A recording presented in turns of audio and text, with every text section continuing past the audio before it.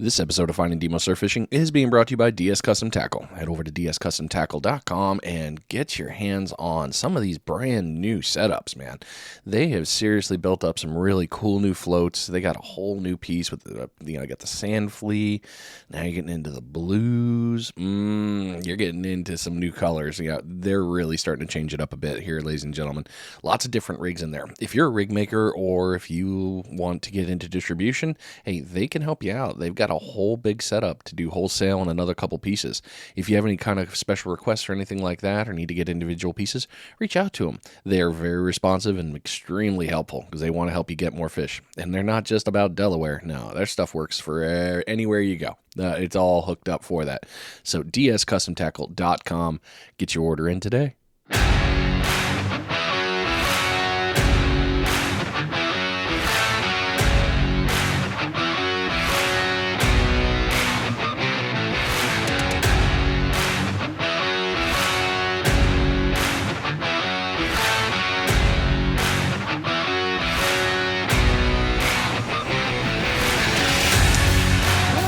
Yay! It's a new week. You know what that means? New episode. Yeah, no, you're not sad because I'm not. We're taking a little road trip this week. We're only going a little east of me this time. Yeah, we're going down to St. Augustine, Florida. And it's an interesting place. If you've never been, I've only driven through it, stayed for a couple days, done a little bit of the tourist thing. But it is, what is it? It's the nation's oldest city. And there's a lot of cool history there and a lot of fun things to do. So really, really fun one. Take a look at it. You're going to love that. This week we are talking with a very, well-known. Is a great one. Infamous. I don't know what the right terminology would be here. We're talking with Mike Cook, also known as the St. Augustine Sandman. Hell of a great musician, fun dude, and great information on his YouTube channel. Just been really doing a lot of fun things. So we're going to really dig into that and get into all the information about St. Augustine fishing and how Mike does what Mike does. So without further ado, I'm going to stop running my mouth here. Mike, welcome to the show, man. Hey, Demo. Man, what's going on? Yeah. You make a brown man blush with all those nice little intro things. I am blushing. Aw, it's the way, man. It's just how we do it. I know. I love it. But you are, dude. I mean, you're a great musician. I first met you, and good Lord, it was 2 years ago, maybe. It was at one of the Fishbites events, and you were playing, and I was like, oh, okay, cool. We got a live band, and somebody had mentioned you've been playing for a while, and I was like, I could tell he doesn't suck. He's really good, and it just made the flow on that one. And I tell myself, don't suck. Don't suck. Bro, same. Even on every one of these podcasts, I always have to remind myself not to suck. And then I just kept hearing more about you, and I saw you a couple more times as I went, and people had just said, yeah, he's a great angler. You should take a look at his YouTube. I was like, he's got a YouTube? Oh, he's an angler. Oh, crap. There's a whole bunch of things. And finally, the stars aligned, and I can get you on the podcast because I've been lazy and I'm sorry. So I'm glad that you're here. We are here. We have made it. Yes, we have. Oh, man. Okay, so everybody, to find Mike's stuff, you can find him on Facebook, YouTube, TikTok. Are you on Insta? I didn't see you when I did my little stalking of information. Instagram, when you know what, man, I don't have time for all these social media things. I wish I did. I do have an Instagram. I don't really do anything with it. Right. I need one of those artificial intelligence agencies to maintain it all for me. That'd be great. It's probably coming within the next couple of years. I have no doubt. I mean, it's only a couple of years from now before we all get the USB port installed in our head or something to be able to go, oh, that's what I meant for that. Yeah. That's scary. Well, the cracks are already there, so. That's funny. Okay, so you guys can find Mike. Facebook is St. Augustine Sandman. YouTube will be St. Augustine Sandman Fishing 1249. And TikTok is St. Augustine Sandman. All of these will be linked back on the Transistor page for you to find for the show notes for the episode. It'll also be on FinidngDemoSurfFishing.com. Lots of cool things there. So let's get it started. Let's start at the very beginning. Tell us your story and what got you into fishing. That's a quick story. I've been fishing my entire Florida existence, which is I'm going on 41 years of life. But so to start, really what got me into surfing. My buddies growing up, we were like foam boarders and stuff. And I would see all these fish in the surf. And then we decided to start catching them because being kids, growing up in the 90s, that's what I did. There's no way. There's nothing you can do. You can go to the mall or you can go to the beach. We went to the beach. And Yep. that's and then I'm not exactly sure what you really want me to say, but we just had a fascination for catching those fish, so we figured out how to. That's about that. No, you said exactly what I would hope you would say. Your story. It's all good, man. There's no script here. And once you catch one fish, you're like, and then you're out there with your high school buddies. It's like, well, mine's bigger. No, mine's bigger. And then you just keep doing it. That's what we did. And the worst part is it doesn't stop. Here we both are in our 40s. Never ends. Yeah, mine's a little bigger than yours. Good luck catching another one. Yeah. Now I have competitions on my channel for who can catch the smallest. So. Hey, you're speaking my language right there. Because we're getting so good at fishing. No, I'm just kidding. Oh, great. No, I'm just teasing. That's funny. Oh, it's just like the kids can fish the tournament there. It's like, hey, I got to catch the small. I got to be the king of the smalls. And I know when this one airs, unfortunately, the tournament will have come and gone. So hopefully when you're hearing this, I will have a bunch of stuff to report that I did it again. I'm forecasting I'm going to find the smallest fish again. That's my goal there. Anyway. You want to catch a small fish? Here's a quick tip. Use big bait. These little small guys are biting baits half their size or 3/4 their size. Oh, dude, it's so, and like when you're doing metal too, it's like, what were you thinking? This lure is almost your size. There's no reason for this. These are overachieving guys. Man, fish are just like humans. They want the big baits. Mm-hmm. They can't eat it all. Save some for the rest of us. Yep. There it is. What is your favorite thing about fishing? Honestly, it's just being out there. It's being out there, meeting new people. I know it's like I'm out there by myself a lot, and I'll be out there by myself. But God, when someone is half a football field away, like 50 yards away, and you see them, you're still communicating with them. You're looking over, they're looking over at you, and then at the end of the day, you end up talking to that person at some point. Or my favorite thing about fishing, to answer the question, is meeting the community and meeting new people. That's it. It's the best thing about it. That's an interesting one. I like that. So you're a social butterfly on the beach then. It's amazing what a fishing rod will attract. Oh, yeah. People come from all over. Especially being in St. Augustine, Florida. This is the like you said in the intro, it's the oldest city in America.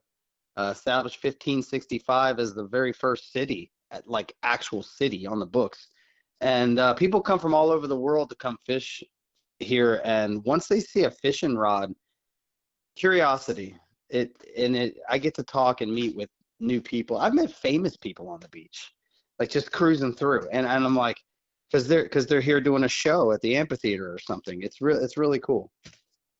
Oh, that has to be fun. Wait a minute. You look real familiar in your incognito ways. Where do I know you from? I get told a lot that I look like Nick Miller from New Girl. I don't know if you guys listeners ever watch New Girl, but I get that all the time. I'm like, no, I'm not him. No. And they're like, that's something he would say. I'm like, oh my God. Oh my God. And you sound like him. Oh my God. You're him. You're right. I run a YouTube channel as a lookalike. That's right. That's what I do. Oh, it's hilarious. It's fine. I embrace it. Good on you, man. Good on you. Oh, that's so funny. You've been doing fishing here for a while. Like you said, you're 40-something years. You're in your 40s and you're playing it up. With all that time, what is a bucket list fish that you want to catch? Well, there's too many to name, to be honest. I really do want to catch an inshore red grouper. I've seen it done. My buddy caught one underneath the Lions Bridge in downtown St. Augustine. And I was like, are you kidding me? But Actually, that there are too many bucket lists because there's so many fish in the ocean that I see people catching, and I have to travel to them. But bucket list for me in my area here, it's the fish I haven't caught that I've heard or seen anybody else catch, and red grouper, believe it or not, is one of them. And I really want to get a northeast Florida snook. Okay, I was out yesterday, and my buddy Adam Morley caught one. I'm on the same boat as him. He caught it right next to me. I didn't catch it, but he caught one, and I'm just like, oh, why not me? Why not me? But yeah, that happened yesterday in the intercoastal ways. To throw that out there for the listeners, there are snook coming into Northeast Florida. Yeah, I've seen a couple of videos with you and Adam on there. You guys got some. You just dropped one the other day, actually, if I remember correctly.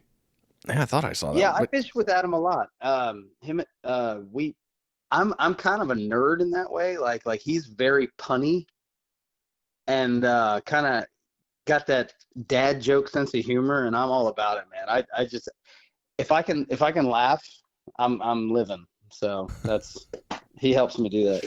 That's good. Perfect. He's a hell of an angler.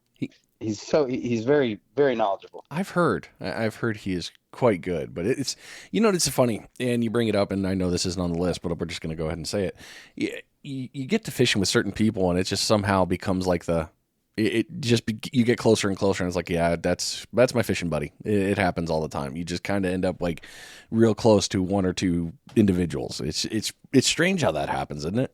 Yeah, I mean, for me, anybody I fish with, it's any single person I have fished with, we are friends. We've made a bond. Yep. We are friends for life. It's like I'm a musician too, so it's like forming a band. And when you make music with that person and you have a great day, you'll never forget it. It's wonderful. And Adam, and I'm blessed enough to go out with Adam a lot. So he's made me laugh. He did some stuff for ESPN too. He was wow. A tournament fisher for yeah. He's been in tournaments and stuff, and I've learned a lot from him in the inshore environment. He's really helped me. He's a book of knowledge. So I'm throwing him out there. Very cool.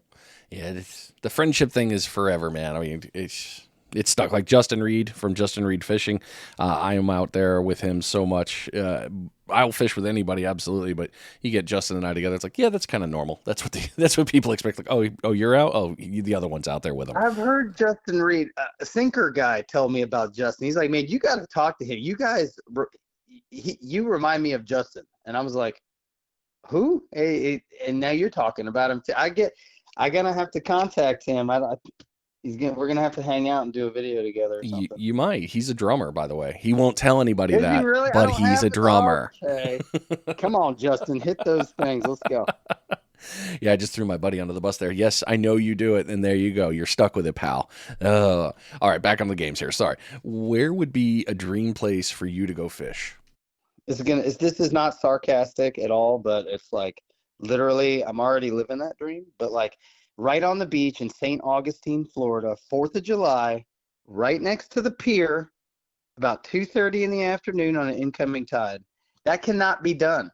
No, I'm like, as soon as you said that, I'm like, that's awfully people-y.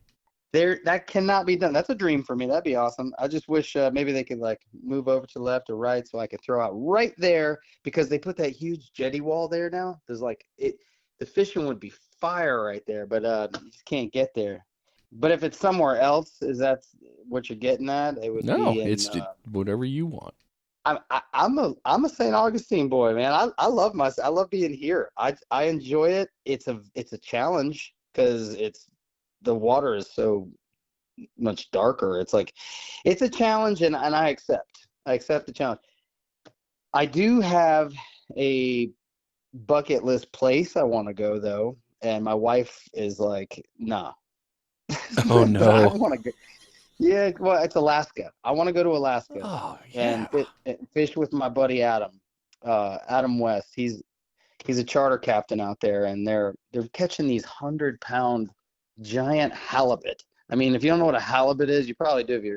But like it looks like a flounder, but it's just like times a million, and huge 100-pounders.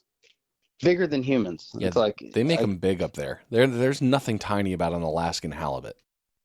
and they're catching them on lures, man. And I'm like, yes. So that is a dream for me. I want to make a reality. It's gonna happen.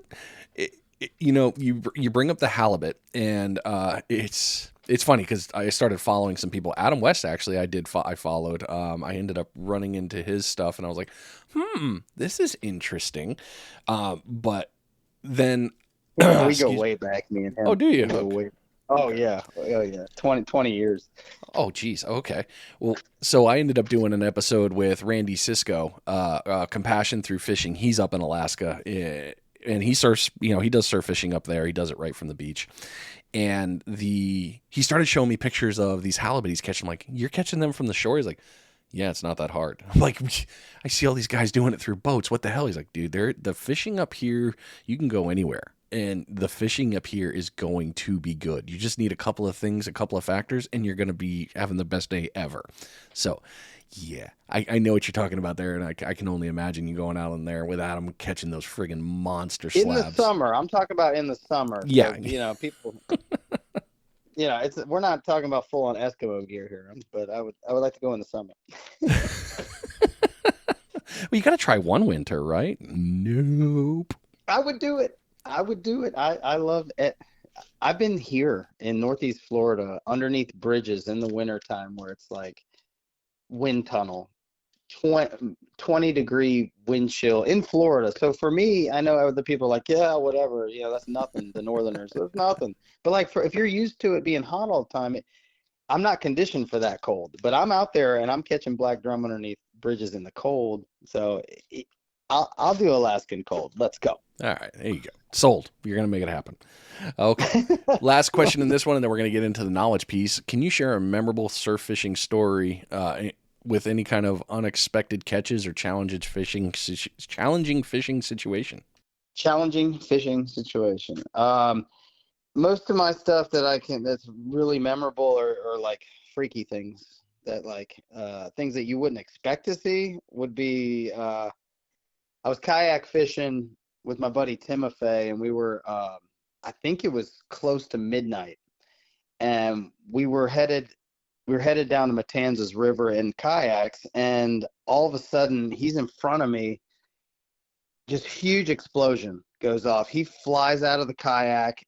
And the water's just like a giant 10 feet in the air splash. And this is midnight. Okay. So all we have is the moonlight to light the way. And I'm like, what in God's name just happened to my buddy Timothy? I have no idea. And I'm flashing flashlights trying to see. He got launched out of his kayak by a manatee, a mama manatee and a baby. And I didn't know what it was. I'm thinking shark. I don't know. I've seen every scary movie about oceans and stuff, but I was like, what? And am I next? Was my question. Am I next? Yeah. Like what's going on? And he's alive. He survived. He just got launched out of his kayak and he stood up and he was just like, oh, my cigarettes are wet. My my phone is wet. I was like, God, I'm just happy you're alive, dude. I didn't know what that was. Oh, yep. I would have thought great white shark. Manatees, you got to watch that. Dude, I've never heard of a manatee doing that, but I could see it with a mom and a calf. I could see that. But bam, just taking out a kayak, whoo, spooked them. Apparently it's a thing.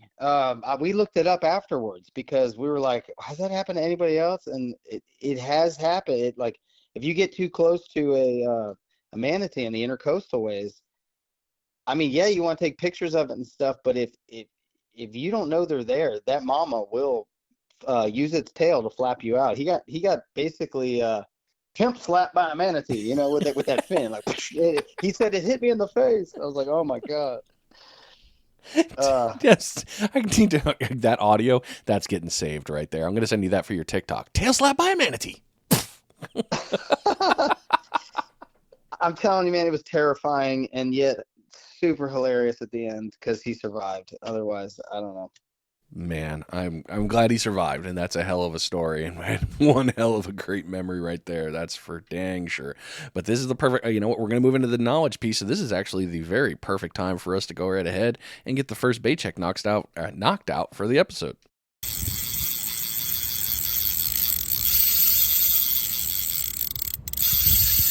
It is the first bait check of the episode. Hopefully you've already started catching fish and doing the great things. If you haven't yet, bring that line back in, switch the bait up, change the zones, do something different. 20 minutes is a long time in the fishing world. You guys know this. This bait check is being brought to you by the Kids Can Fish Foundation. KidsCanFish.net is the website you need to go take a look at. They are a 501c3 charitable organization that takes all that money that you guys donate and puts it back into fishing camps for these kids. They set up camps for cast netting, surf fishing, inshore, all these different ones, and they teach these kids how to do it, so that way they have the knowledge piece. Now, on top of that, they also provide all the gear, and when the kids are done, they get to take home that gear, whether it's a new rod and reel, a cast net, whatever it may be. It's provided because of the dollars that you provide. They've also got the tournament that goes on every year with the St. Simon's Island Running of the Bulls, and all the money from that also generated gets back in there. If you're interested in supporting or sponsoring or getting involved with them in any way, shape, or form, go over to kidscanfish.net, take a look at the website, get in touch with Tom and the team there. They'll take good care of you, and they're doing great things for this community. Truly they are. So how can surf anglers read and interpret the beach conditions to identify productive fishing spots and locate schools of fish? Well, for me, the first thing I do is I walk out on the beach. I fish when I can fish. So yeah, doesn't matter what tide at that point. But if you're planning a trip, it's different. But like when I'm like on the beach, someone throws a rod at me spontaneously and says, "Hey, catch a fish." Well, I go to the sand dunes, I look at the ocean, I go left to right, and I look for whitewash, and I see what it's doing. I look for shells and debris on the beach to see where they're stacking up. And then typically that's where I'm deciding to try first. I'll try there first. That's what I would do. Okay, so you're using elevation to look at that, then you're going to go look for certain ones. All right. We'll get into the next piece then, and that will complete this saga, if you will, the mission that we're on here. So how do you personally, if it wasn't somebody throwing your rod, how do you plan your fishing trips and select the location to fish? Planning it's all tides. It's all based upon tide. The moon's going to be doing what it's doing, but like the tides, because I'm blessed to fish almost every day. So I wake up, I go, what's the tide doing? Is it low or is it high? Is it outgoing, incoming? What time of the tide is it? And if it's incoming tide, I choose beaches that I've already explored or know that it's deeper up close, and if it's basically, if I'm going to go all the way up and down the coast, I have to know my coastlines and where I typically like to fish near inlets and things like that, because it produces all sorts of variety of bait, and bigger fish follow the bait. And depending on what I'm actually targeting, then it depends on what bait's moving in the tide. Like I know where the bait is. Right. If I know where the bait is, that's where I'm going to go fishing. Okay. So tides really help out, because if it's low tide, I know I'm going to be able to find more bait. Okay. In like higher impact beaches and lower impact beaches. Like it changes. Northeast Florida is a little different. We got really tough sand, like you could bounce a golf ball off of it, or we've got super soft sand when you go a little down south of Barn Park. So I'm battling all those things near all the inlets because the way the water is pulling and pushing all that bait. It's a very tricky question, Demo. I was going to say each beach is different, from starting at the tip of Jacksonville all the way down, and then when you get into Palm Coast, the sands are different in each location. It's almost getting like darker into like muddier as you go more north, and then you get like way soft sand. Like I get to play with all sorts of different beaches being centrally located in St. Augustine. I can go a little bit north, a little bit south, and planning my trip, to answer your question, is all based upon tides and what kind of bait I can find each place. I was trying to get to that as quickly and easy as possible, and I feel like I have a migraine. Sometimes you got to take the long way to get to the end of the destination, and that's okay because the long way can bring some really cool pieces. But like you did, you talked about so many different ones. And this is one thing I love about the East Coast of Florida is you talk to somebody and they're in like St. Augustine or Jacksonville. They're going to go up north or south. There's so many different beach styles that you can fish, whether you want inlets or you want high impact, low impact. All the pieces you just brought up too with the bait things, there's different pieces everywhere you go. So how you plan your trips, like you just said, you just nailed it all, man. And that wasn't just one well, zone. no, I actually, Brian, I left something out. Like, Oh, go ahead. has it been dredged recently? Ooh, that's a good one. We do a lot of that here, and it's like your local beach. If it's been dredged, guess what they just did? They took all the bait that those fish are going to eat right out of there. So, has it been dredged recently? There's a lot of things in Northeast Florida we have to consider because of all these. Every year for the past, well, we've been getting a lot of storms. We get tropical storms, and they move up in depressions, and it changes the underwater topography, if you will, of the sand and how closely you can reach a trough, or how closely you can reach a hole, or where'd the rips go? Are they now in front of a condominium that you can't? It's like you really gotta scout. Yeah. No, dude, you're one of the very first.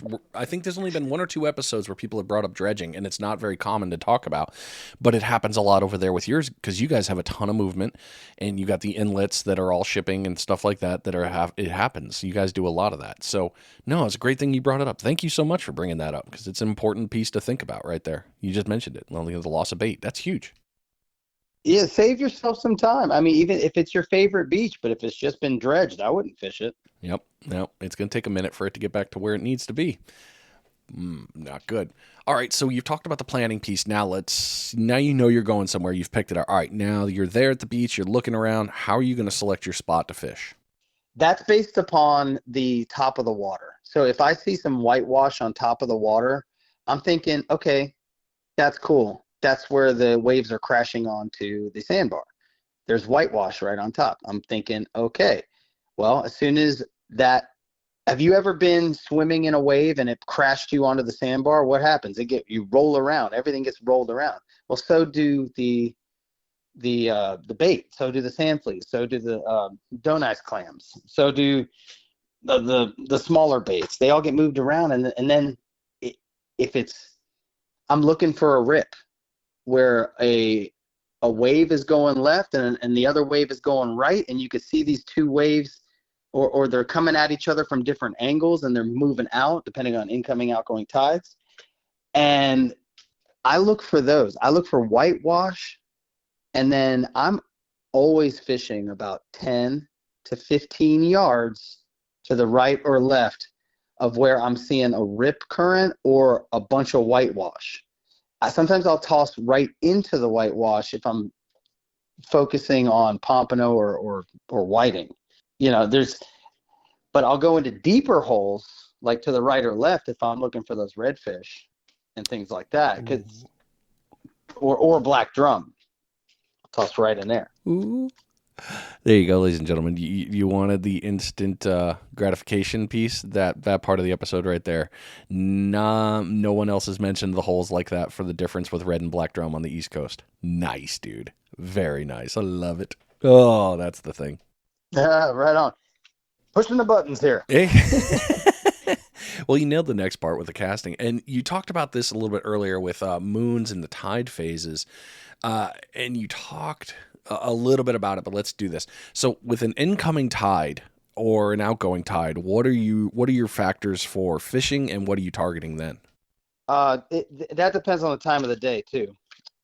Incoming tide, I'm looking for those fish that are like really predatorial. I mean, you can catch whiting year round and they're always here. But if I'm looking for those like cruisers, like pompano, palometa, jacks or whatever, if on an incoming tide, I'm looking for good movement of the water to come to me. And when it's bringing, because it's pushing all that bait, stirring it up. The tides are sorry, not tides. The waves are crashing, and when the waves are crashing, right there at the beach, right there at your feet, okay, all that bait is getting stirred up, and the ocean's pulling it right back out as it's trying to push more heavy water, cooler water into the shore. So on an incoming tide, that's what I'm targeting. Was that the question? Whiting and pompano during incoming tides, and then because you can do it on outgoing too, but on that tide, I'm specifically targeting those fish. Okay. Yeah, it really was open. Just wondering what tides, what you're fishing for, how you're playing it, really. So yeah, you nailed it, dude. You're good. Yeah, I get lost in the moment. I'm trying to make sure I cover the question, make sure I answer the question. Yeah, you're good. You mentioned a little bit about, I think you said you weren't throwing metal in the surf as much, but what type of rigs and things are you throwing? Depending on what I'm targeting, I really, really like gotcha plugs. I'm a gotcha fan. They got me. Okay. I've caught all sorts of different species throwing that because it's like, and I like only things that are around 1 ounce, because 1 ounce, I feel like I do 2 ounce depending on distance. If I have to get it really far out there, I'll up it up to 2 ounces. We have a lot of wave movement here in Northeast Florida. So the waves, it's really hard to you have to stand in it, to really get out there. So if you got a 2 ounce weight from the beach, you can get it a lot further. So I'll use something really shiny. That's about 1 to 2 ounces. And typically a gotcha plug, a diamond jig, or I really like, if you're going to use top water, it's different here. I know it's not really, but it is kind of, because we have crazy winds year round here. So a lot of people tell you use top water, and I use spoons, but top water is really, really hard to throw in Northeast Florida because I feel like we've had crazy winds for like 5 years straight. It's just insane. And now we have tropical storms coming as well. So I typically throw 1 ounce to 2 ounce weights to answer that question the best I can. That's what I do. And spoons. Okay. Yeah, I think it's great, man. I'm a 1 ouncer as well. The only other time, I'm normally throwing a 1 ouncer on that rod. It feels comfortable, and I'll go up to a 2 for certain things. So, but we're not going to talk about that today. If I'm at Matanzas Inlet, I'll throw a 2 ounce because, for one, it's ripping. Yeah. Once your bait hits the, if you're trying to get it subsurfaced, it's not going to go subsurfaced unless it's like about a 2 ounce. And in that situation, if that tide is ripping and that water is moving fast, and you're trying to jig or throw a gotcha plug or basically a jig head with like a paddle tail or something, if that current is ripping super fast, which we have here, it's not flat, still, calm like it is other places in Florida. It moves. So you've really got to play your elements and basically just let that water take that bait and just kind of lift it up every once in a while, and you will hook up. I've heard lots of stories about Matanzas, especially with speed of water. So yeah, you got that dialed in. If you know what you're talking, like you just said, you got it dialed in. So I don't even know. You need to put the other part there. You nailed that one. Come fishing with me if you want to fish Matanzas Inlet, and there are so many tips and tricks there. Maybe we could total podcast on just Matanzas. I could do it. I'm down. I need to come back to the east side here and go have some fun. It's been unfortunately too long for me, and I've been too lazy to drive. I need to fix that one. But your primary style for surf fishing, do you throw a lot of lures? Do you do a lot of set rigs? What do you normally do? Surf fishing for me has changed. I used to just do a single drop rig when I first started, because of how it's very low impact. I've learned that word recently from all these anglers around here. I didn't come up with that, but low impact meaning it's shallow, pretty far out. So I would use single drop rigs, and then I started watching other anglers who would fish the deep pockets when they get to the second sandbar, they're like, yeah, use doubles. And I'm like, all right, cool. So I fish doubles, but I will on low impact beaches, I will use a single drop. Chip Brundage, the sinker guy, he's kind of sparked me back into that. He's like, it's the Uno rig, baby. And I'm like, I used to do that. I was like, but I think I'm going to do it again, man. I like the way he gets me all hyped up because I'm always doing the same thing. But typically I use a double drop rig in the surf. And I use floated hooks. I'm floating hooks, and you do whatever you can do. But I prefer the bait to be off the bottom because we do have tons and tons of catfish coming out of the Salt Run area into the right through the Volano, right into the inlet there. Where the gosh, what's that place called?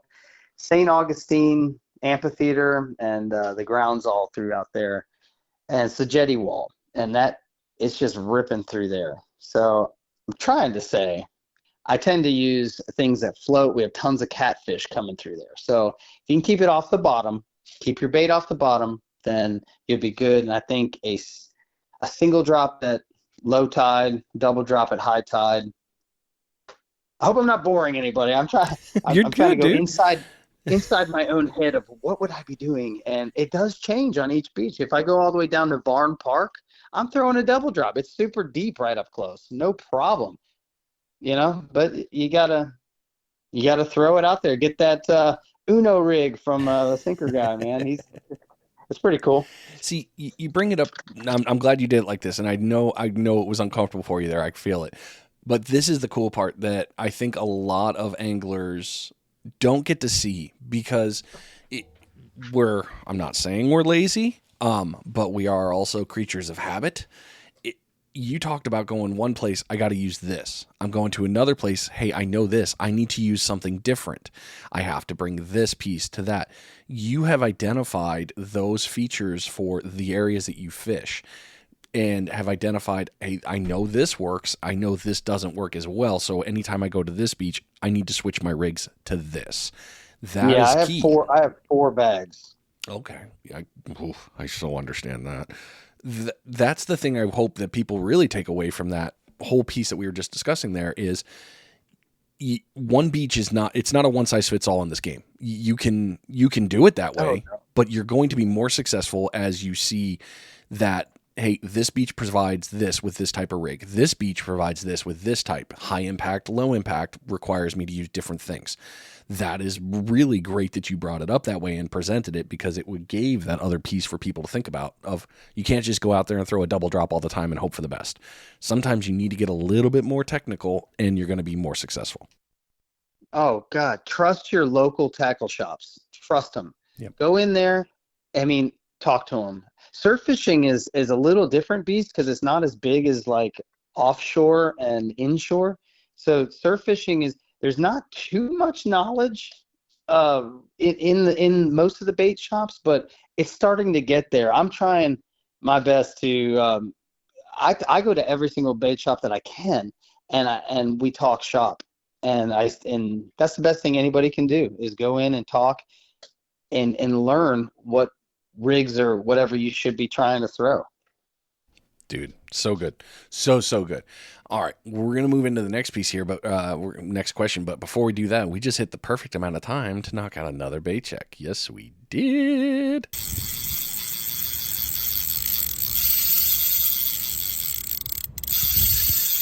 It is the second bait check of the episode, and yeah, you definitely caught fish by now because look, you're getting all this knowledge and you're changing things up. I know you're going to be successful, and hey, we just mentioned him. This bait check is being brought to you by The Sinker Guy. Over to thesinkerguy.com. Look at everything that Chip's got going on in the Sinker Guy garage. Hey, you just heard Mike talk about it. The Uno rig. That's right. It's not the Bruno. It's the Uno.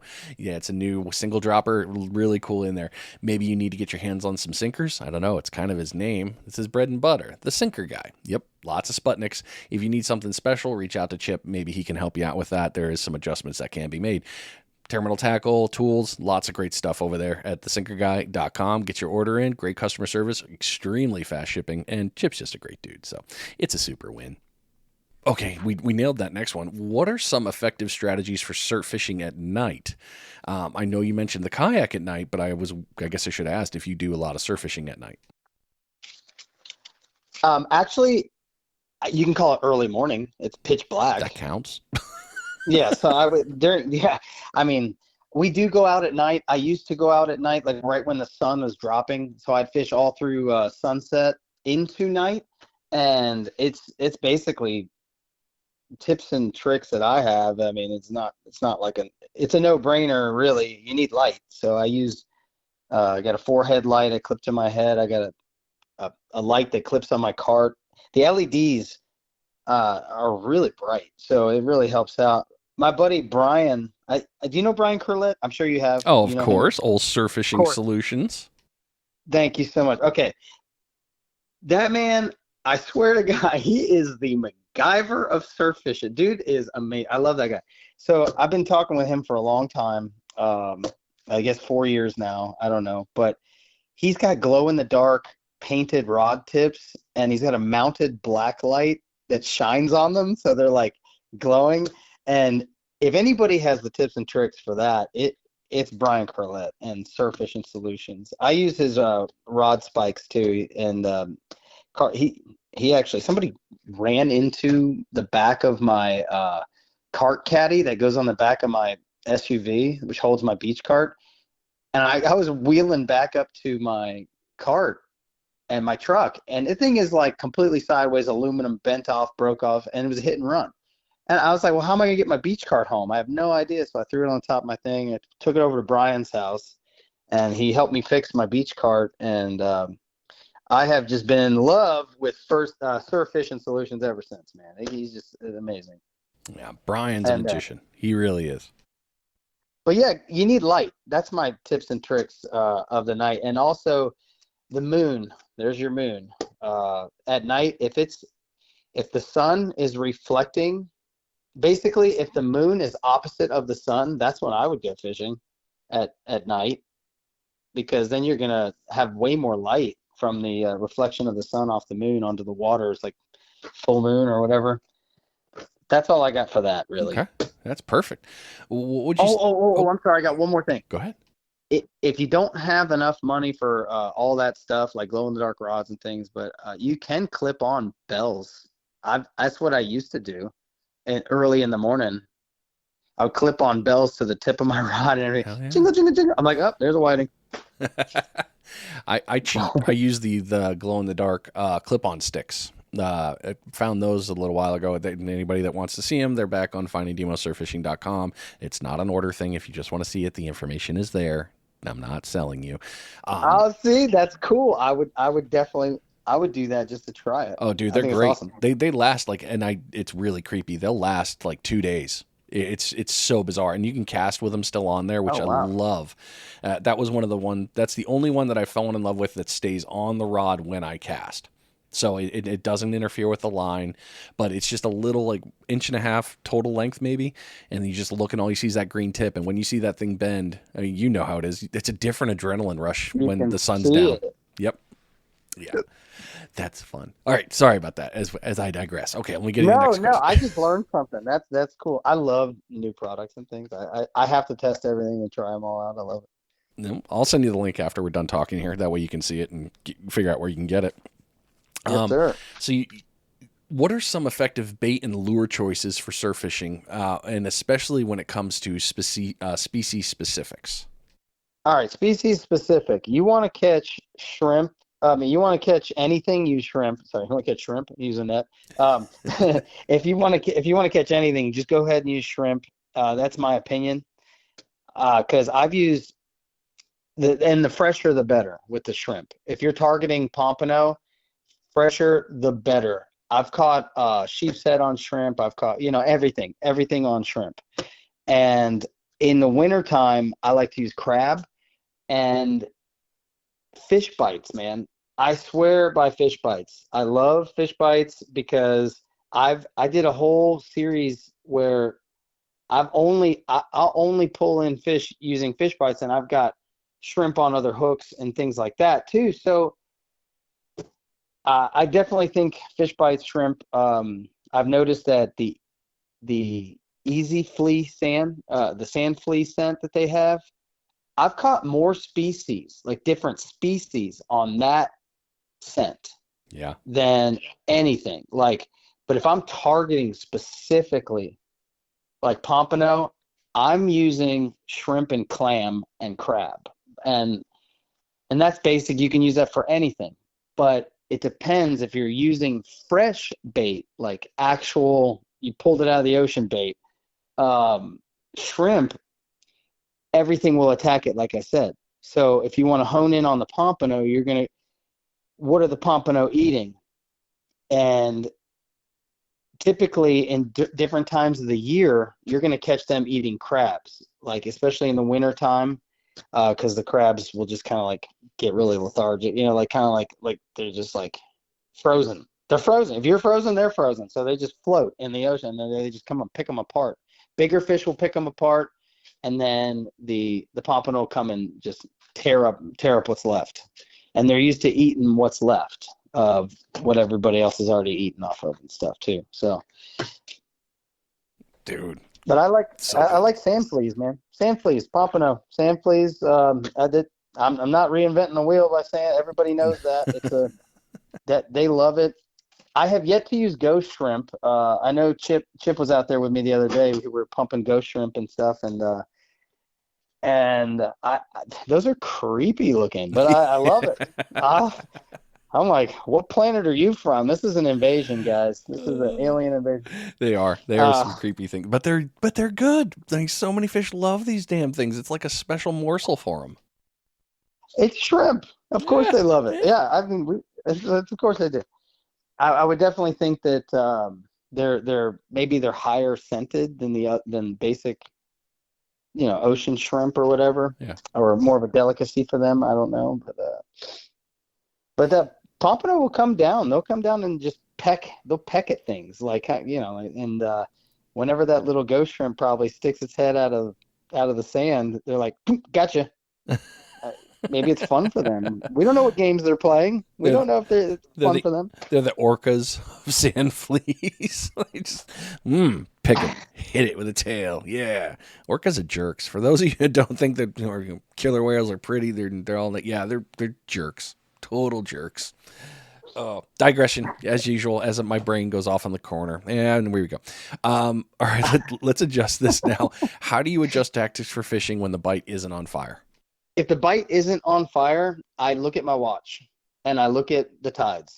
I'm like, okay, well, what's going on here? Is it slack tide? Is it stagnant? What's that? Am I doing something wrong? Do I need to rebait, change everything? But my first go-to is look at my phone, see what time it is, and see how far away I am until the water starts moving again. And sometimes if the it's your location too, man. If you go to a beach and there's nothing biting, nothing whatsoever, move. If that's your goal is to catch fish, or if it's just to go have a good time and maybe catch fish, that's one thing. But if you really want to catch fish, if you're not catching fish, you've got to move because fish aren't there yet. Is why they're just not there yet. So you got to go find them, and that's what I do. I'm always on the move. It's nonstop. Nice. That's a key. I think a lot of people forget that one. And yeah, we got two I legs. think We can move, beaches. and we got wheels on our carts. So you can push them. Yeah, what's the water look like? What's the water is a I've caught pompano in dark dirty water, so it can be done. They have a keener sight than most fish. They're more of a sight fish, so it can be done in dark water. Just use really bright colored like yellows and stuff, and that seems to work, and bright reds. But if they're not biting and the bite is dull, move. That's just it. It's simple as that. Like I just move. I'm not gonna sugarcoat anything. Just get out of there, or wait until the water changes or the tide comes in. Yeah, gross move. I like it, but I like what you're that there. Yeah. What are, and this is the last question in here. Actually, no, I have two questions. I'm sorry. We'll ask this one and then the last one. What is it for seasonal fishing there? I know, hey, like you're, over there on your side and my side, summer and winter. That's kind of like that's the interesting fishing. You got to get real cute. Spring and fall, it's a bloodbath, and it's like, this is the greatest day ever. But tell us about your seasons in fishing. Well, in the beginning, seasons were so hard to figure out in this area, man. When I first started trying to, basically, you target what is biting in each season, like what's coming through. And if we're talking about fishing specific fish like sheep's head or something, the winter bite's hot because those crabs get so cold. They just float. They float off the pylons, and boom, like that bite turns on. You can fish beaches like Hammock Beach or things like that have structure, and that's winter. Throw crabs in the winter. That's what I'm thinking in the season. And tips and tricks for the winter here in Northeast Florida and anywhere. I use hot hands. I use latex gloves when I'm handling bait, so I'm not freezing my butt off. I like the latex gloves because then my hands aren't ice cold and things like that when the wind starts kicking in. Yeah. Wind breaking material for your clothes. In the summertime, like right now, bring lots of water, shade, sand spike. I use a sand spike on those hard beaches. I did a little video of it, but if your sand is super hard, you have to have shade. You have to cool off. You do not need heat stroke. It will happen in Florida if you're not from Florida. It will happen. It happens to all the people. I'm very prone to getting hot out there. So if it's a hard beach, you can't put a sand spike in right away. An umbrella right away. Use a sand spike and dig a hole, and you can even put your umbrella through the sand spike, and it'll hold it. And you just gotta use something to tie it around. But I use my sand spike to dig a hole because get that shade as soon as possible. Do not overheat. Drink lots of water.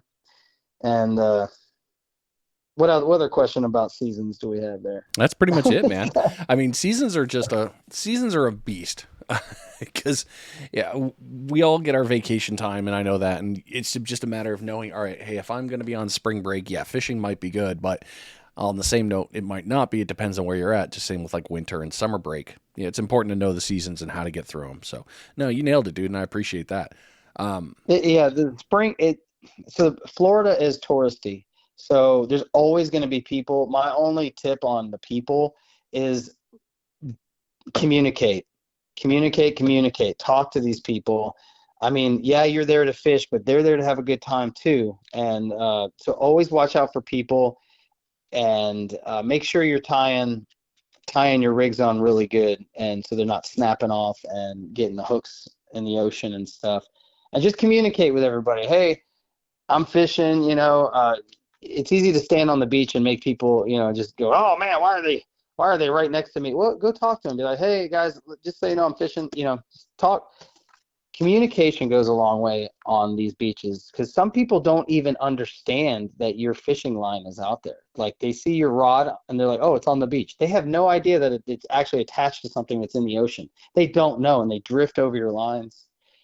People are people, and they come from all over the place, and I deal with it on the regular. But I found that if I communicate, it educates. So yeah, good. Very, very good right there. Let's nail into this last little bit, and then we'll get into the social media and your YouTube stuff here. What would you say are some of the top surf fishing mistakes to avoid? Oh my gosh. All right, everyone, turn your volume up for this. Do not forget to rinse your saltwater gear off. Saltwater will destroy everything, including your line. Can you hear me? Oh yeah. I heard it. I was going to turn it up for the people in the back because yes, do not turn that. At the same time. Oh, okay. Yeah. Never, ever, ever forget to do that part. No, wash off your gear. Do not forget.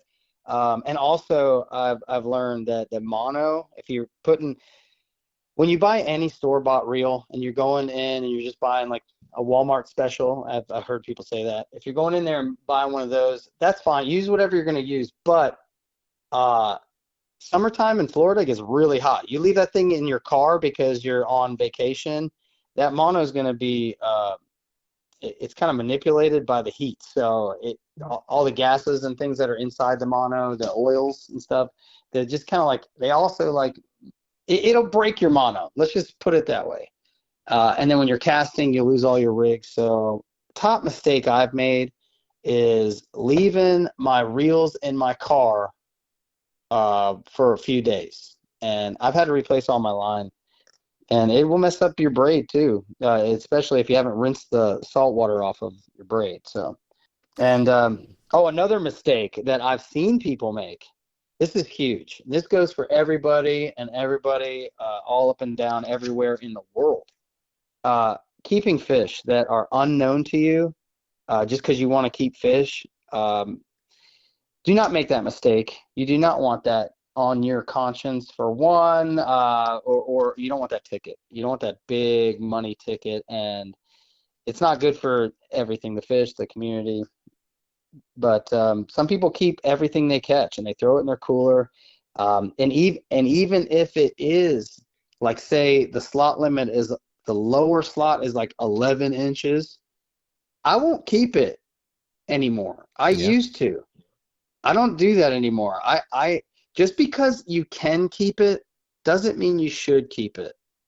I let them grow up to be a little bit bigger, like 12. And then when they're about, I'm talking about pompanos specifically, if they're like 12, then when they get in your cooler, they won't shrink down about 1/4 of an inch or however, depending on how much ice you put on that thing. That could be shrink wrapped. I don't know. But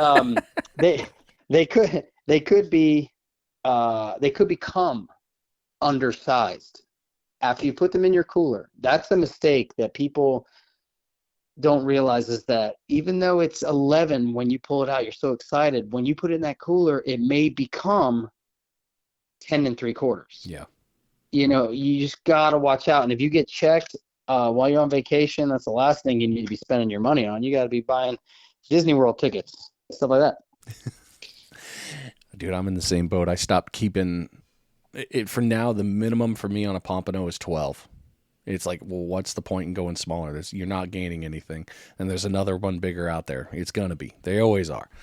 But yeah, those getting a little bit outside the slot limit doesn't hurt your soul. And it won't hurt the fish for you doing that either. You're welcome, ladies. When you get, yeah. It's good. It's good for everything. That's why I says good for everything. It's good.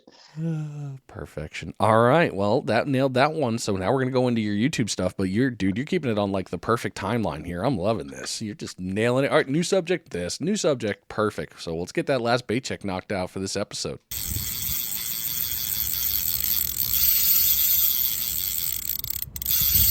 It is your third and final bait check of the episode, and hopefully you've caught a bunch of fish and life is golden. You're just listening to this podcast on the way home and things are just great.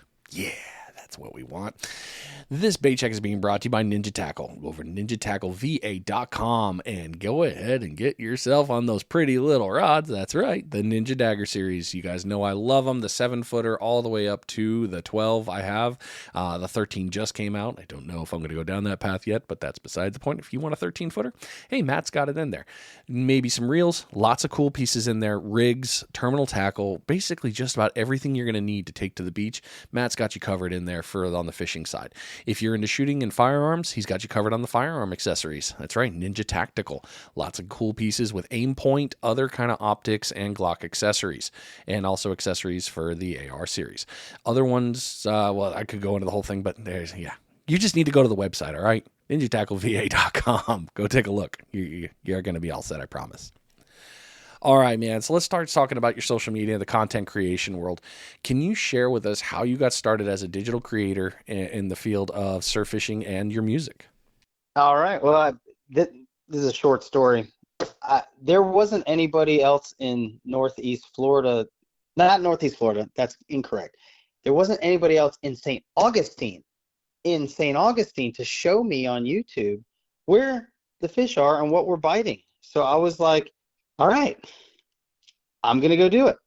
and I started doing it, and people started following it, and then that's where I am now. I Now there's other content creators from Northeast Florida. They were here before me, but they would come to St. Augustine every once in a while, and so I'd go online, and the video would be like from last year or like 4 or 5 months ago, and I was just like, we need something constant. We need something going. COVID happened. I had nothing else going on. I play music for a living, so everything got shut down. So I was like, you know what? I'm into videos. I'm into video editing. I took video production in high school, and my major in college was music business and creating videos for my music. And so I already had that kind of like understood of how to make videos. So I just put it together, and typically when my dad passed, it it made me think a lot of like, I don't have any videos of me and my dad. I got nothing. So I was taking my son Dean out, and we would video us catching fish and doing, and I would take videos of me and him going on these little adventures, fishing adventures, um, and I wasn't doing anything with the content. And eventually, just like a light bulb went off. Ding! Hey, nobody else is doing it here in St. Augustine. Maybe it'll help. Maybe it'll help the community. Maybe it'll help. And so I started doing it, and people are liking it. So I kind of felt like now I have to do it. So now I'm doing it, and I also enjoy it. So I love it. Well, you kind of nailed into what inspired you into the combination. So way to go. You're jumping ahead there. Oh, my bad. No, I love Okay. it, dude. It makes my job easy, and it's so cool because a lot of these questions all end up tying together, and because it's kind of a lot of it is similar, and sometimes you can't get the information, but there's occasionally a time where you get a question and it sparks a whole nother thing, and it's like, oh, who would have thought? So I love that when you did that worked out. What roles would you say digital media has played into your approach to surf fishing Digital media, like, uh, or content what do you mean? creation and stuff like that? Oh, okay. How it played? That's a good question because I'm not really too sure how it plays into me fishing. But it like digital media allows me to share my my fish with everybody. So Yeah. it's like, hey, in case you didn't know, if you're like coming in here from Michigan, I hope I'm answering this question, Brian. I don't know if I am You or are. not, Go but for it. okay, okay. Like if I get people commenting on my videos that are from like Michigan or from Ohio or from Maryland as of late, and like they're like, I'm going to be here during this time. What's going to be biting? So I just send them a link to a video I did last year. Like, this is what I did during that time. Check that out, and it's a good reference and guide for my. I can digitally send them like something. Oh, here you go. Check this out, and this is what I did on this beach. Maybe it'll be the same. Maybe it won't be. Yeah. Okay. I hope I'm answering that question. No, you absolutely did. You nailed it perfectly because it's the combo there. Um, how would you say that you doing social media content creation, YouTube, all these pieces, enhance your experience with connection with the sport? That's a good one too. It's kind of hard. I guess people are reaching out to me, and it's connecting me to the sport more. Like, I'm gonna do this stuff anyway, but since people are reaching out to me, like, hey, try this, do this, I'm starting to learn new things that I've never learned, and I'm also reaching out to them and asking a bunch of questions.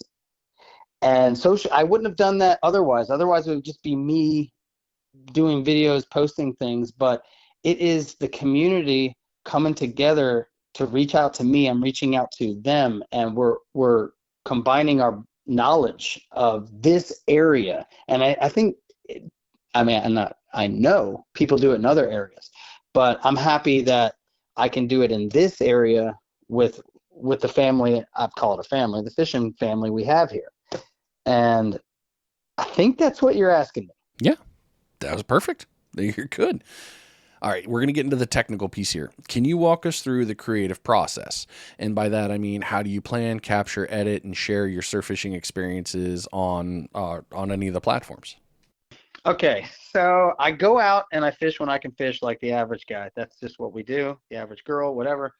We we go when we can go. And so when I plan a trip, it's always like, well, what's going on today? So like I said before, I look at the tides. I make sure that the weather is good. There's no lightning storms or something. We live in Northeast Florida here, so there's lots of storms, lots of lightning. And so you always got to be careful with that. And when I plan a trip, it's, well, what's everybody talking about? What's the bait shops talking about? Well, who's catching what? So I like to go mingle. I like to go talk. I check out. I know this is terrible, but I don't go to YouTube for that. I always go to Facebook and I see what everybody's talking about in the forums and the groups. And then I chime in and talk, and we all help each other that way. And that's how I plan my trips. And then as far as what I'm going to use to catch those fish, I have to really hone in on, well, what bait is there? What's going on with the movement of the water? There's a lot of factors that play when it's mostly weather, water, and well, I'm going to sound like Captain Planet here in a second. Weather, water, heart. It's like, oh, your powers combined, you'll catch a fish. Oh, you just showed both of our age, because I can see all the characters now with their rings, and I'm all, it's such a good show. I'm telling you, man, it all factors in. But if I'm trying to, sometimes like I know for a fact, I'll go down to Matanzas Inlet on a low tide. I'll walk all the way out on the inlet side, and I know that because that water is moving out, or it's like on the very end of the incoming tide, I know, okay, that's my trip because that's what's happening right now. So I'm going to go out there. I'm going to throw a gotcha plug out into the inlet side. I'm going to walk out as far as I can, getting wet, wearing a backpack, wearing a camera, and I'm going to go out there and I'm going to toss into where the water's moving out into the ocean. And I seem to be successful when I do things like that, because I know that if the water's moving, planning a trip all depends on the tide. I said it in the beginning of this thing. I'm saying it now. It's good. And confidence, Yeah. confidence. You got to have, like, I can do this. I can get out of bed. I can go do it. I know it's raining, whatever. I'm going because I want to catch this thing. Dude, so good. So good. Yes. Man, all right, this kind of flows with it, but doesn't exactly. But we're still in the box here. How do you measure the success of your content creation? Is it based on engagements, audience growth, personal satisfaction, or something else? I get, this is one that I don't know how to answer other than I'm just happy when I get home and I captured the footage, because that's what it's all about for me. Yep. Is to have the memory to share with my family. And when I get home, I consider it 100% win. If there's no computer glitches, the GoPro didn't glitch, the cameras are good, I've got the footage, I did it, we caught the fish, that's a success in its own. You can catch the fish, but you also have to catch the footage, and that is a success. And when I get home, and also, I don't know if this is what you're looking for, but when people start to comment on it, like, hey, good job, good stuff. I love that about our community, where we're uplifting each other, great job, good fish, way to go. Oh, thanks. And it makes me feel really, really good. So the success there is just having the footage to show everyone, and being fortunate enough and blessed enough to be at the right place at the right time. And that's what really matters. It does. So good. Would you say that running your channel has made you a better angler? Running my channel? Yeah, or doing content creation, any of this piece, has it made you better at fishing? I would say it's like, no, it's made me a better human being. Ooh, I like that. Fishing, no, it's like I could take a video of anything, content creating, but no, it's made me a better human being, because you're trying to you don't want to offend anybody in your videos. I have lots and lots of jokes that I kind of keep to myself, because they're either not PC or whatever, so you don't put it on. So, and if you practice that through your videos, which I do, I have become more of a nicer person also because of video and and what you're putting yourself out there as it like, so when I'm in public and getting recognized for my YouTube videos and things, it makes you a different demeanor too. It's like, I've always been a nice guy, and I feel like I have been. People always tell me I'm a nice guy, but like, I, it makes me want to be a great guy. You know what I mean? And Yes. that's it level up. You know, it makes you level up, and that's what YouTube content creation has done for me. It's helping me to level up and really be one of the best human beings, and like, I really care about the environment. Like, and it's fishing with guys like Adam Morley and seeing how they really have a passion for clean waterways and things like that. It really helps, and you start to understand. And that's part of the reason why I don't keep the bare minimum slots anymore. Also, because I want that fish to experience its teenage years. You know, go ahead. Yep. And it's also kind of like, yeah, I'm going to ask you this. I know it's not on this portion, but it's like the big fish too, where they say, hey, yes, you can keep a fish over slot. And all I can think is, why? That thing's a super breeder. There, how many eggs that's going to produce or take care of? Nah, man, the overslot, it can, I'll get my picture and let him go. Yeah, I mean, that's the science too. Like, that's getting into really, really understanding the biology of the fish now, and that's like, that's what YouTube can help everyone do as well, is and podcast is talking about these kind of things. It's it's things like that right there. I agree with you 100%, but to each their own. I'm Yep. not telling you not to keep a fish. If you, by law, you're allowed to do it.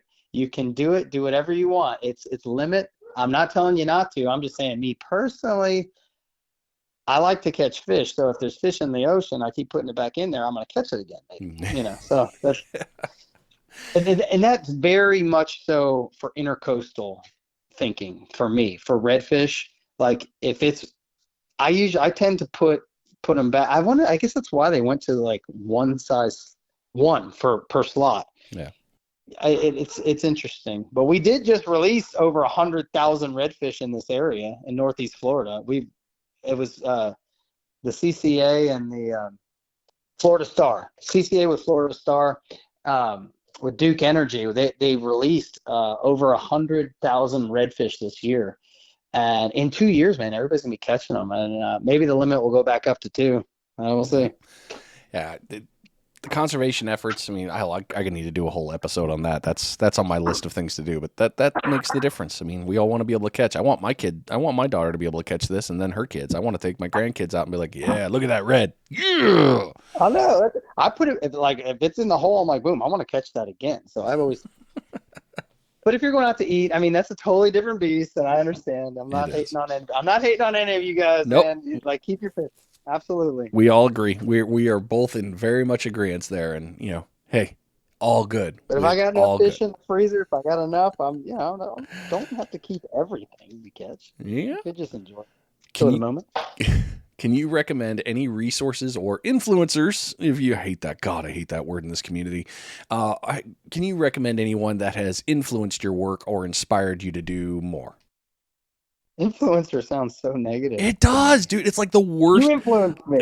Like, all I see is God, I'm gonna hate to say their name on here, and I hope I don't get meta tagged or anything because I don't want to be associated. But I hear the word influencer, all I see is a Kardashian, and I'm like, gross. No, no, I hate that word. It bothers me. I don't know why. No, trust your gut. It's the red flags. If you get a red flag, you get a red flag. That's just how it goes. That's how I feel. No. Your question was, is there anybody it's helped inspired you or influenced your work? Oh, okay. That's super easy for me. Fishing was always like, it's always been like, I'll be on the beach and there's some guy catching fish. It's the people that are here. Like, I'm like, what is he doing down there? And then once you get social media, I'm like, oh, what are they doing? Everybody that is local that's catching fish, I don't care what kind of pole, what kind of gear they're using. If they're catching fish, that fires me up. I'm like, what are you catching? What is that? And then but I've learned so many things from like Chip Brundage. I've learned things from the guys at Fishbites Trading Post, Brett Warren. I talk to him. We go fishing together. Brett Warren is a book of knowledge. He he's got me up in my pliers game, like things like that. My buddy David at Avid Angler, Chip over at I'm no my buddy David at St. Augustine Paddle Sports. We talk about kayak fishing. Chip at Avid Angler. We talk about reels and taking them apart. I'm learning so many different things. Like at Barry Cronenberg. I always screw up his last name. I love you, Barry. Kronberger. Sorry, Old Cronenberg. BS You surf know, fishing. I Freaking Barry. love talking. Yeah, yeah. Oh, you know Barry. Okay.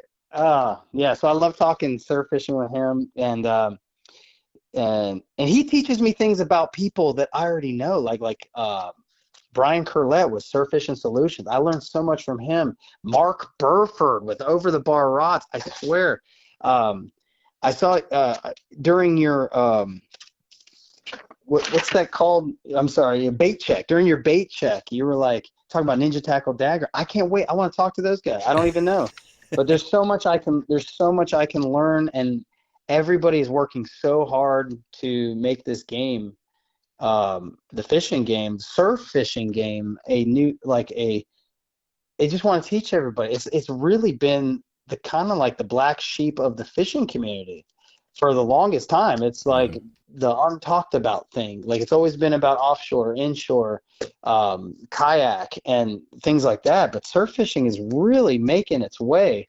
You got guys in the Panhandle just blowing it up on YouTube, and that's it right there. The knowledge is there. It's out there for everyone to grab. And you probably have more questions for me, but I was going to say that's why I feel like St. Augustine YouTube channels. I encourage more people to do it because it helps us see what's up. Show it. I don't care. I'll show you my fishing spots. As long as you're putting a fish back. Only asking for that one little piece, not much, just that one little piece. Wow, man, Yeah. you've crushed it in this one. I only have one more question in this category, and then we're on to the last. We're on to the closing ones to get you out of here, man. So, Okay. I'll ask this one, and then we'll move on. Where can people find your digital content and stay connected with you through your surf fishing journey? St. Augustine Sandman on YouTube. I got St. Augustine Sandman on Facebook. Yeah, I don't really have that many likes on that because I haven't even really launched. I'm starting to get better. I have so many things going on with my music career too. Mike Cook Music on Facebook. I'm a professional musician for a living, so that takes up a lot of my time as well. Everyone's like, "Why didn't you have a YouTube for music?" Because I'm like, that's not what no, that's my job. My they're both passions, but my real passion is catching fish and going out there and being in the surf and in the waterways and catching fish. But you can go on Mike Cook Music and check that out, or mcookmusic.com, or on any streaming service. If you want to check out Mike Cook and the Jam Shack Underground, you can get my original music. If you like original music, check that out. Some of that stuff's been on television, radios. We opened for bands, we opened for Leonard Skinner, Sister Hazel, Stroke Nine. We've opened for some pretty big bands back in the day. So some of that music is pretty cool. Yeah, dang! I didn't realize you opened up with. I didn't realize you'd opened up for bands too. I knew you were doing music, but I didn't realize it was that good. Congratulations, man! Oh, yeah, no, man, so music was my thing, man. Actually, the song that plays at the end of every single one of my episodes, I have like a "Sail Away with Me," whatever. Anyway, I'm not gonna sing it to you, but it's called "Sail Away with Me," and the touring bass player for Flock of Seagulls, and we're dating ourselves here, but the touring bass player for Flock of Seagulls helped me. His name's Lou, and he helped me by being the sound engineer on all that. He played the drums on it. He played the piano. He played the a guitar part on there for me. And he lives in St. Augustine, and it's pretty cool. The stuff sounds good, and check that out. And also, if you come to one of my music shows, any one of my shows, I have my new float rig, and I'm just kind of, while supplies last, I'm just giving them away. Like, hey, check this out. It's kind of like a business card. Check this out. Check it out. And hopefully, and you can use it. Use it, use it, use it. Make your own. Do whatever you want. It's my gift to the community. Make your own. Very cool. And That is a cool business card. yeah, they come from all over the world in St. Augustine. Okay. Well, all right. Let's get you into the last questions here, and we'll get you out of here. What advice for someone who's just starting out in the surf fishing game? What's one piece of advice that you'd give them to set them on the right path? I would basically. All right. Let's see. Go see the sites. I don't know. The fish new waters. Go to events, especially your surf fishing seminars. Go check those out. Chip and Spencer do a really good one. Fishing Girl, she's got a one for like just females, I think, down near Palm Coast area.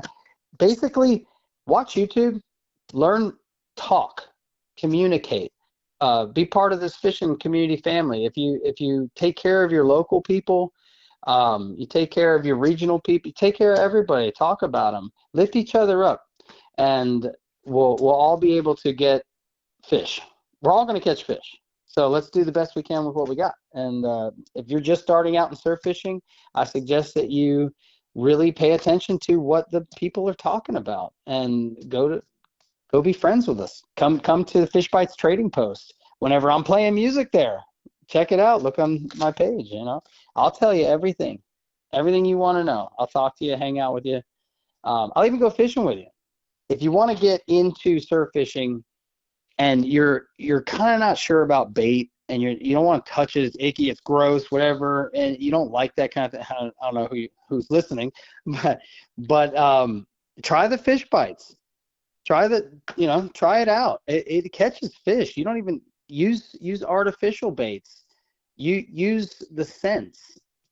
Put scented stuff on your lures and things.